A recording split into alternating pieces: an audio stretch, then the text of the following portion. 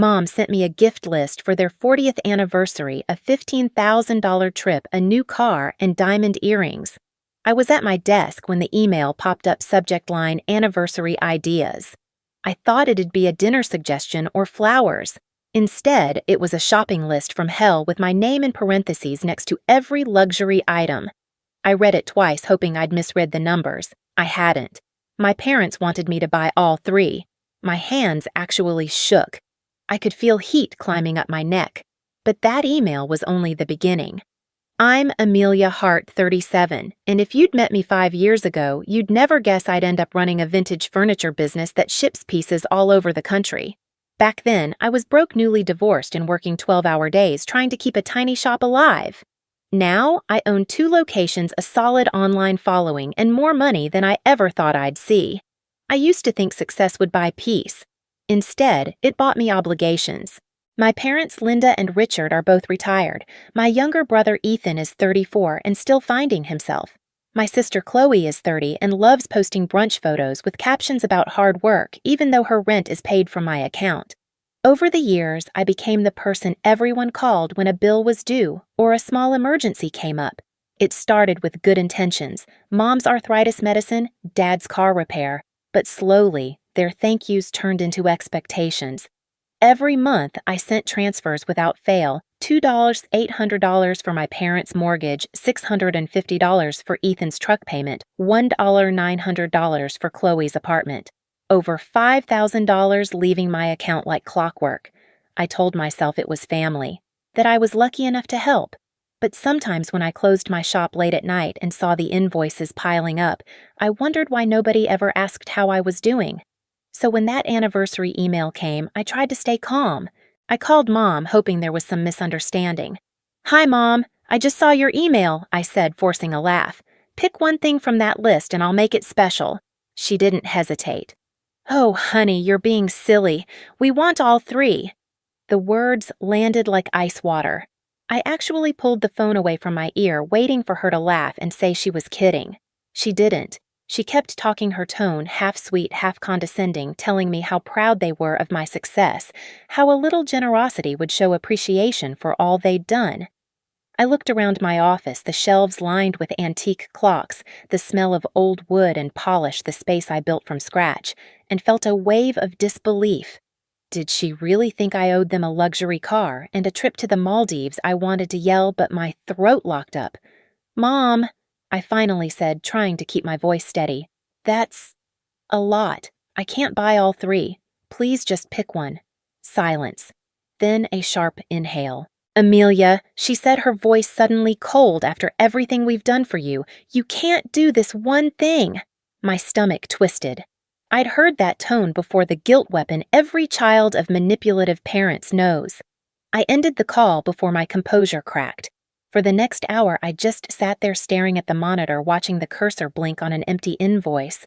I felt small again, like I was 16, begging for permission to have my own opinion.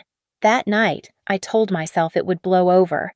Maybe she was just caught up in the excitement of their anniversary. But deep down, I knew better. This wasn't a misunderstanding. It was a pattern. The next morning, I woke up to a flood of messages in our family group chat. "Ethan, come on, sis, just buy them the stuff.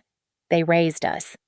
"Chloe, you make more in a week than I do in a month. Don't be cheap about Mom and Dad's anniversary." My chest tightened. I hadn't even told them about the call. Clearly, Mom already had. I typed a response, deleted it, then tossed my phone on the couch. The smell of coffee filled the kitchen, but it only made me feel queasy. I couldn't shake the sentence looping in my head. "You're being silly. We want all three." That tone, the arrogance of it. At work, I tried to distract myself reorganizing a cabinet of mid-century lamps. Every brass handle I polished, every receipt I folded, I heard her voice again. By noon, I was exhausted, not from labor, but from trying not to explode. My manager, Nora, noticed. "You okay?" she asked. I forced a smile. "Family stuff." She nodded like she understood, but she couldn't. Unless you've had someone guilt-trip you in the name of love, you don't know how it feels like drowning while someone holds your head under and tells you it's for your own good. That evening, Mom called again. I hesitated before answering. Amelia, we were talking, and your father agrees. She began her tone, brisk businesslike. The car would be more practical than the trip, but of course we still want the earrings too. Mom, I said quietly, I already told you I can't afford all that. She laughed the same dismissive laugh that had once made me feel 5 years old. Oh, stop it. You can afford it. You're doing so well, darling. Don't make this awkward. Something inside me snapped not loud, but final. You're asking me to spend over $50,000 because you feel entitled to it. Don't you dare use that word, she hissed. We gave you life. We supported you. Now it's your turn. For a moment I couldn't speak. The sheer boldness of it left me stunned.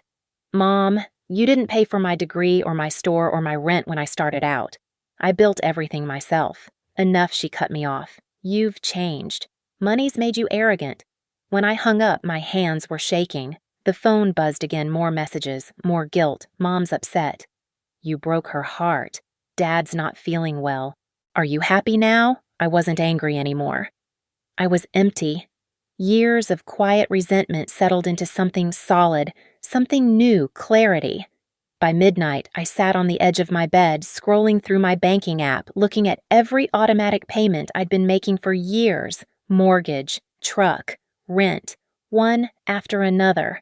The next morning, I knew exactly what I had to do. That night, I didn't sleep. I lay there staring at the ceiling, the blue light of my phone flickering across the room. Every notification made my stomach twist tighter. I finally sat up, pulled my laptop onto my knees, and opened my banking dashboard. Rows of scheduled payments glowed on the screen, neat and automatic, like a silent contract I'd signed with guilt. For years, I told myself these payments were love, but looking at them now, they felt like chains. Mortgage for my parents, $2,800. Truck payment for Ethan, $650. Apartment rent for Chloe, $1,900. I hovered over the first one, took a deep breath, and clicked cancel. Then the next. Cancel? And the next. Each click felt like exhaling for the first time in years. When I was done, I took screenshots of every cancellation and attached them to a single message in the family chat. Since I'm so selfish and greedy, I figured you wouldn't want my money anymore. Then I hit send and powered off my phone. Silence. Real, peaceful silence. No buzzing, no guilt, no one needing me. I made myself tea, watched the steam curl into the air, and realized I wasn't shaking anymore. The next morning, I called the restaurant where I'd booked their anniversary dinner. Hi, this is Amelia Hart. I need to cancel the Morrison party reservation for 30 guests. Of course, ma'am, the hostess said politely. There will be a 30% administrative fee. That's fine, I replied, smiling for the first time in days. After the call, I leaned back in my chair, staring at the morning light spilling across the floor. The air smelled like freedom, sharp, clean, unfamiliar. I had just undone years of obligation with a few clicks, and the world hadn't collapsed. By noon, the messages started pouring in, missed calls, voicemails, texts. I ignored them all. The fear was gone. In its place was something steadier, stronger. Resolve. For the first time in my life, I wasn't the one apologizing. I was drawing the line, and deep down, I knew this was only the beginning. By the next morning, my phone looked like a crime scene, 50 missed calls, over 100 unread messages. I brewed coffee, sat at the kitchen counter, and scrolled through them one by one, calm as if I were reading the weather report. Mom, Amelia, what have you done? Call me immediately. Dad. This is outrageous. You can't abandon your family like this. Ethan. Are you insane? My truck payment's due tomorrow. Chloe. The landlord's threatening eviction. You can't just stop paying my rent. Every text was drenched in panic, but none of them said thank you or I'm sorry. Not one. They only cared about what they'd lost. By 10 a.m., the pounding started. I looked through the window and saw all 4 of them standing on my porch, Mom clutching her phone like evidence, Dad looking pale, Ethan scowling, Chloe's arms folded tight across her chest. Amelia, open up. Mom's voice sliced through the door. I didn't move. I stood in the hallway, coffee mug in hand, heartbeat steady. Please, honey, Dad's voice followed shaky but rehearsed. We can work this out." "There's nothing to work out," I said through the door.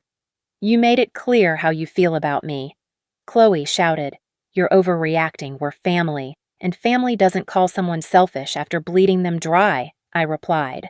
They stayed for nearly an hour, voices rising and falling, pleading, cursing, bargaining.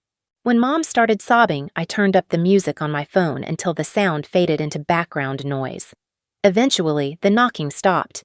Tires crunched on the driveway. Silence returned. For 3 days, I didn't hear from them. I went back to work, lost myself in the rhythm of the shop, the creak of the old floorboards, the scent of lemon oil, the quiet hum of normalcy. Nora noticed I was lighter. "You look peaceful," she said. "I guess I finally cleaned house," I told her, half smiling. But peace never lasts long in a family that feeds on chaos. That Friday, as I was pricing a set of crystal lamps, Nora appeared in the doorway. "Amelia, your parents are here." I froze. "Send them in." Mom and Dad walked in slowly, both looking smaller somehow. Mom's eyes were red, her makeup uneven. "Can we sit?" Dad asked, voice low. I nodded toward the chairs across from my desk. Mom took a breath, smoothing her blouse. "We were wrong to ask for so much. We've decided we'd be happy with just one thing, the trip or the car or the earrings. Whatever you choose." For a second, I just stared at her. Then, unexpectedly, I laughed. It started small, then spilled out uncontrollably. They looked startled. "What's so funny?" Dad asked, frowning. "You still don't get it," I said, wiping a tear from my cheek. "I'm not buying you anything." "Not one thing." Mom's lips trembled. "You're breaking my heart." "Mom, I paid your medical bills for 3 years. I know there's nothing wrong with your heart." She gasped like I'd slapped her. "How dare you talk to me that way?" "I'm done talking your way," I said quietly. "I've supported you for years while you acted like it was owed to you. That ends now." Dad leaned forward, desperation edging his voice. "What about the anniversary dinner? We already invited everyone." "I canceled it," I said simply. "You canceled it." Mom's voice rose a full octave. "We can't uninvite 30 people. You might want to learn how I said meeting her eyes, or host something you can actually afford." Mom started to cry again, but there was no sincerity in it, just performance. "You're cruel," she whispered. "I'm free," I corrected. They left in silence. I could hear Mom crying all the way down the hall. That weekend, my phone exploded again, but this time it wasn't my parents. It was the rest of the family. "Aunt Maggie, your poor mother is devastated. Uncle Ray, you're making a fool of them. Fix this. Cousin Josh, how can you treat your parents like that after all they've done?" I stopped reading after that. Let them talk. Let them judge. They weren't the ones wiring $5,000 a month while being called ungrateful. 2 weeks later, the day of my parents' anniversary came and went without a word from them. Out of curiosity, I checked Chloe's Facebook. There, it was a small party in my parents' living room. 10 people, paper plates, dollar store decorations. The caption read, "A simple celebration for 2 amazing parents." Some people forget what family means. I actually laughed out loud. The photos showed them smiling, surrounded by relatives' cake crumbs on the table. No Maldives trip, no diamonds, just reality. For the first time, I felt a strange relief wash over me. They looked content, almost happy. Maybe this was what they'd needed all along, life stripped of entitlement. But my peace didn't last. 2 months later, I came home to find their old Honda parked outside my gate. Mom and Dad stepped out, faces gray with worry. "Amelia, Dad said we need to talk." I folded my arms. "What now?" "We can't make the mortgage payments anymore," Mom said, her voice cracking. "The bank's going to foreclose." I looked at them, no sympathy left to fake. "That's interesting," I said. "Because for 3 years I paid your mortgage. You should have $100,000 saved." Dad's eyes darted away. "We had expenses." "What expenses?" I demanded. "I covered your medical bills too." Silence. Mom wrung her hands. "We didn't save as much as we should have." "Then sell the country house," I said flatly. "The one I bought you 6 years ago." Her head snapped up. "We're not selling that. It's our retirement plan. Then you'll be moving in sooner than you think." Amelia, please, Dad said softly. We'll lose everything. You won't lose everything, I said, opening my front door. You'll just lose access to my wallet. Mom's tears came again, loud and theatrical. You're heartless. No, I said, stepping inside. I just finally grew one for myself. I shut the door, locked it, and leaned against it, breathing hard. Outside, I heard nothing. No more pleas, no more guilt. Just whined through the trees. The following weeks brought updates through the grapevine. Chloe picked up a second job at a coffee shop. Ethan started working extra shifts at the warehouse. My parents listed the country house and sold it for $85,000, just enough to catch up on the mortgage. It wasn't revenge anymore. It was correction. Balance finding its way back. One afternoon, as I was polishing a set of Victorian mirrors in the shop, my phone rang. It was Ethan. Hey, he said awkwardly. I just wanted to say, you were right. About what? About everything. I was lazy. I let you take care of me because it was easier. I'm sorry. I felt my throat tighten, but I kept my tone steady. I appreciate that, Ethan. I really do. I'm working weekends now, he continued. Saving up. It sucks, but it feels good, you know. Like I finally earned something. For the first time in months, I smiled without bitterness. I'm proud of you. Thanks, he said quietly. And I don't blame you for cutting us off. You did what you had to do. After he hung up, I sat there for a long time, the phone still in my hand.